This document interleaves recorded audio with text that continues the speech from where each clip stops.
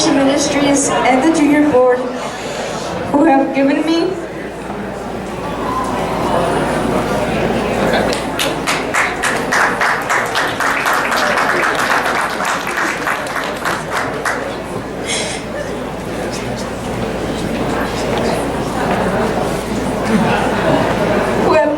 the opportunity to receive my high school education at Marian Catholic High School.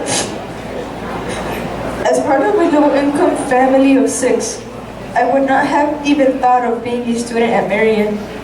Restoration Ministries opened my eyes to the great opportunities I have for my education.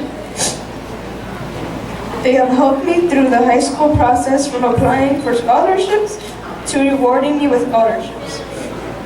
As one of the first recipients of the Junior Board scholarships, I have volunteered at Food Pantry and the Christmas Toy Store to compensate this enormous help.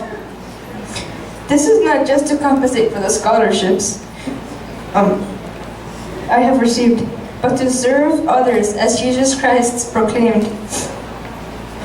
I promise that the generous tuition assistance I have received will not be squandered, and I hope that one day I will have the opportunity to help Restoration Ministries and the Junior Board help others in need. Thank you.